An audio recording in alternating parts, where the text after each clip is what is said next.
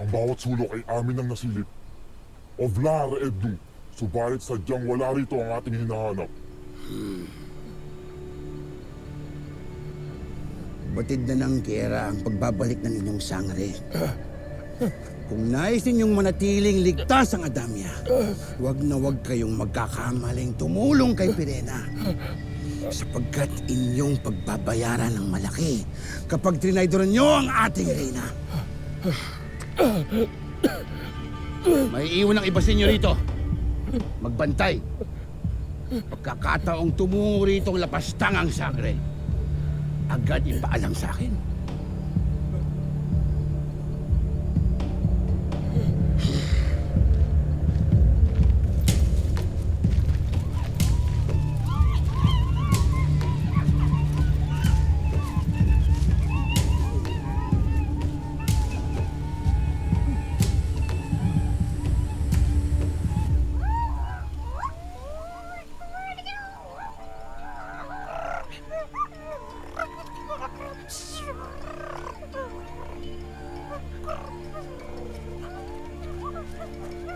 Mahal na Emre, aking ipinagdarasal na mapagtagumpayan ng mga sangre ang lahat ng pagsubok upang mabigyan ng katarungan ang paulit-ulit na kalapastanganang ito laban sa Encantadia.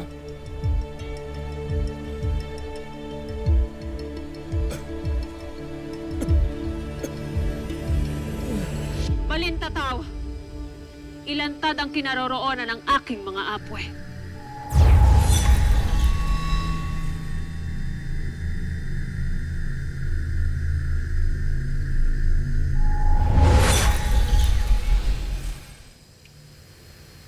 Bakit wala pong pinapakita?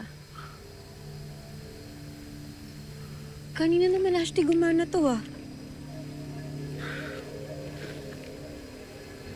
Nangangahulugan lamang na hindi sakop ng kapangyarihan ng Balintataw ang kinaroroonan ng iyong mga Ada at Ashti. May mga malalayong dako sa loob at labas ng Encantadia na hindi kayang tanawin ng nakaraan. Kaya na lamang ng Devas at mundo ng mga tao.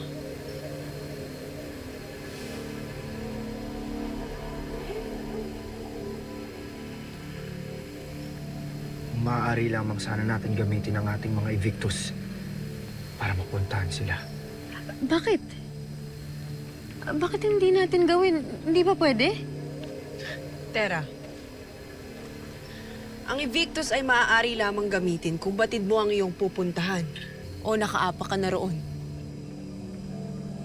May nilalang dito na nakakaalam kung saan sila naroroon.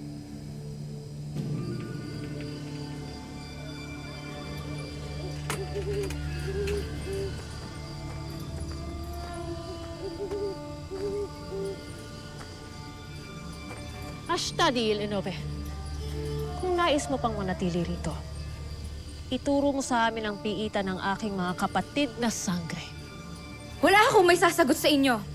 Tanging si Kera Metera lamang ang may alam. Tiyak ako ngayon kayo nagsisinungaling. Ikaw ang palaging kasama ng huwad na reyna. Kaya isang malaking kasinungalingan na nagsasabi ka ng katotohanan. Sabihin mo sa amin kung ayaw mong ikaw ay aking tustahin. Ngunit katotohanan ng aking munika. Ako ay walang nalalaman. Paniwalaan niyo ako, maawa kayo. Ashti! Ashti, sandali lang. Huwag kang Ashtadi. Ashti, kawawa naman oh.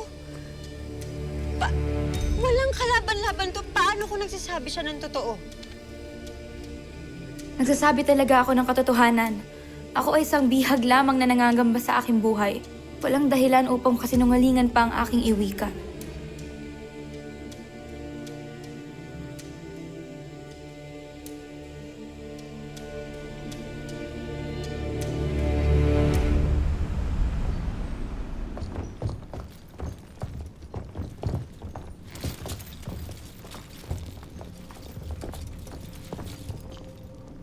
Meron akong nararamdamang ibang presensya. Protektahan ng Kera!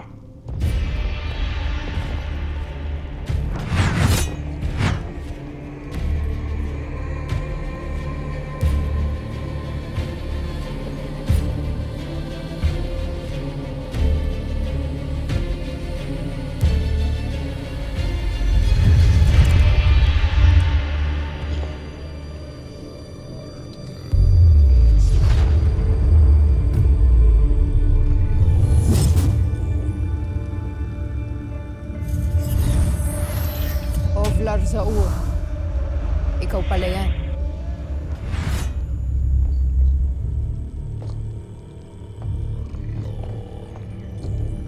Hindi ba't ikay aking inutusan na hanapin si Perena? Ano't naririto ka pa? Aking iniutos sa aking mga kawalang paghahanap. Nais kong manatili sa kaharian, mahal na Kera. Sapagkat ibig kong ikaw ay bantayan. Hindi pa nakakabalik si Olgana. Humayo rin sina Edno at Anka, ayon sa iyong kautusan. Ikaw na ngayon ay nag-iisa, Kera Mitena. Sa panahong ito na maaaring sumugod ng kalaban, mananatili ako sa iyong tabi. Mahal na Kera. Kung muling susugod ang kalaban, tinitiyak ko ang kanilang katapusan. Subalit, nagagalak ako at nagpapasalamat na narito ka upang maging aking kasangga.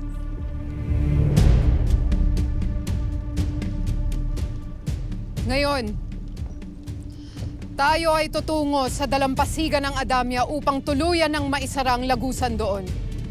Masusunod. Aveva!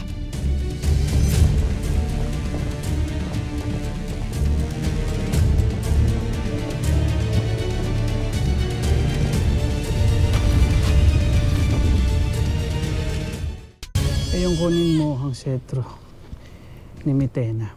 Dahil yun lamang ang may kakayahan baliktarin ang kanyang sumpa sa karagatan. Huwag kang mag-alala.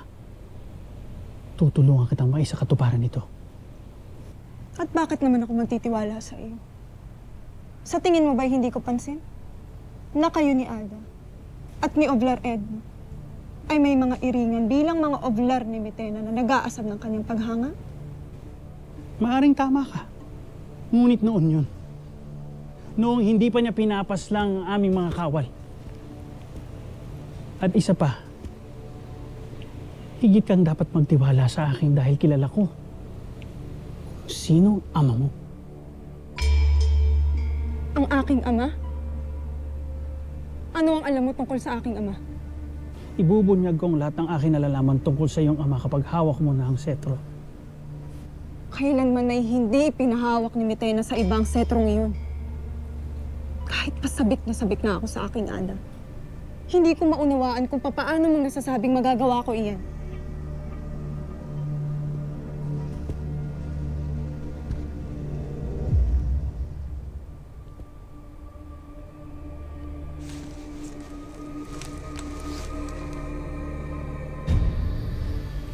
Ikakatulog ng mahimbing, himite na yan kapag ininom niya.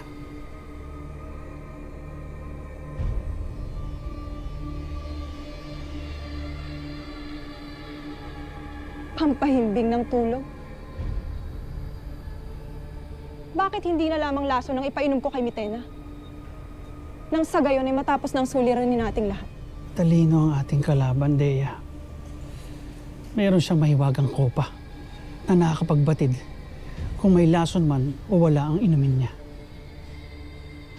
Ngunit yan ay natitiyak kung makakalusot sa mahikan ng kanyang kopa.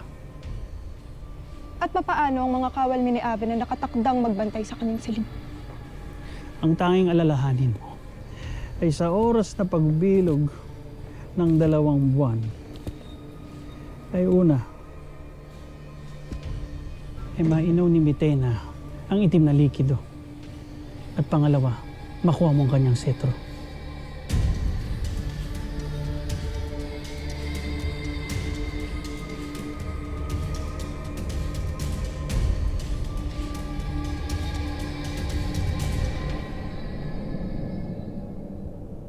Ang mga bagong kautusan na ito ay meron na ang aking lagda.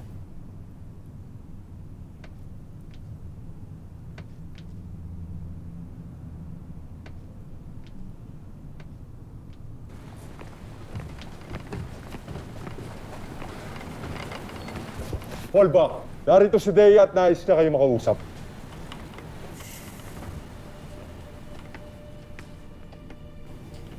Urime, mahal na Kera. Tanggapin ninyo ang aking handog na tseha. bilang tanda ng aking paghingi ng kapatawaran sa nagawa kong kapalaluan nitong nagdaang araw.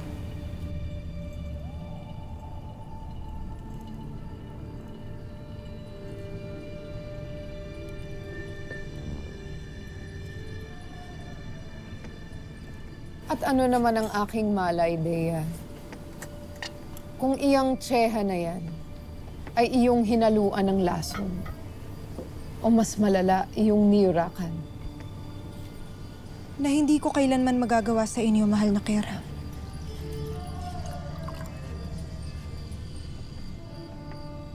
Aroda, ipaalala mo kay Dea kung ano ang mangyayari kung may halong lason ang inumin sa aking kopa. Ilang sandali lang at ito'y bubula.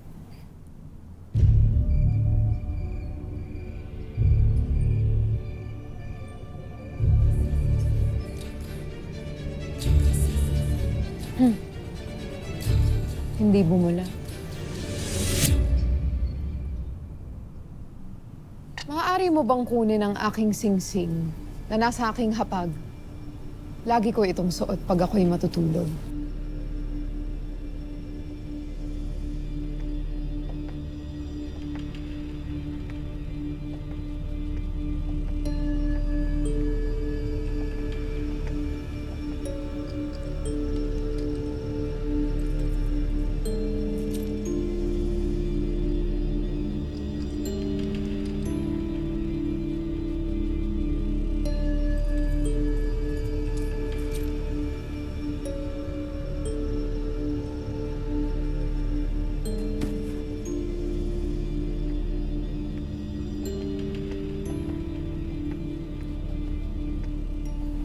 Ito ba ang inyong singsing, mahal na Kera?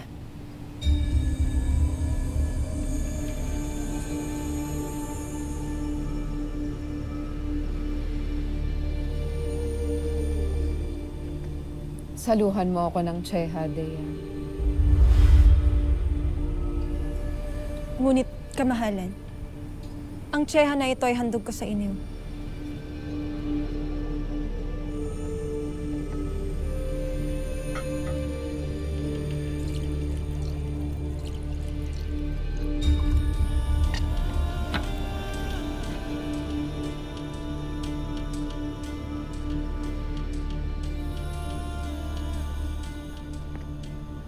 Maaari mo na kaming iwan, Dama.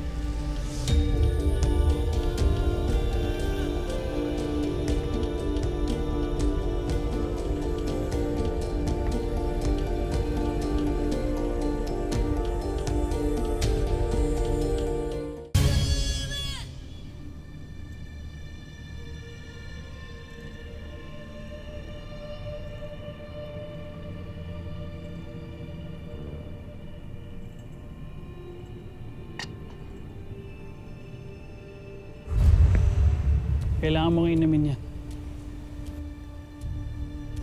Bago ka humarap kay Mitena.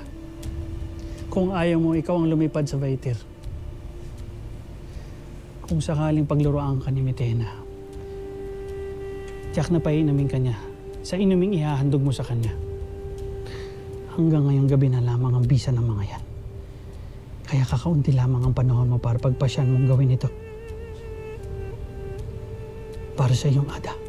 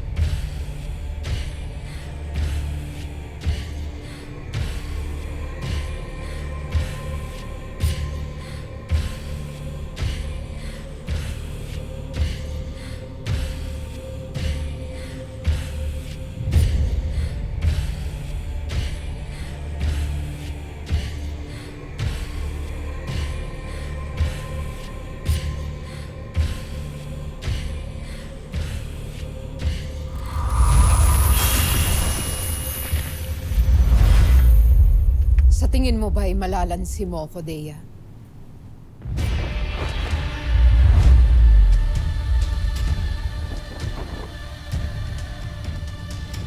Sa tingin mo ba hindi ko pagtatakhan ng huwad mong paghingi ng tawad? At sa tingin mo ba, may nilahok ka man o wala sa tsehang handog-handugan mo, ay tunay ko tong iinumin?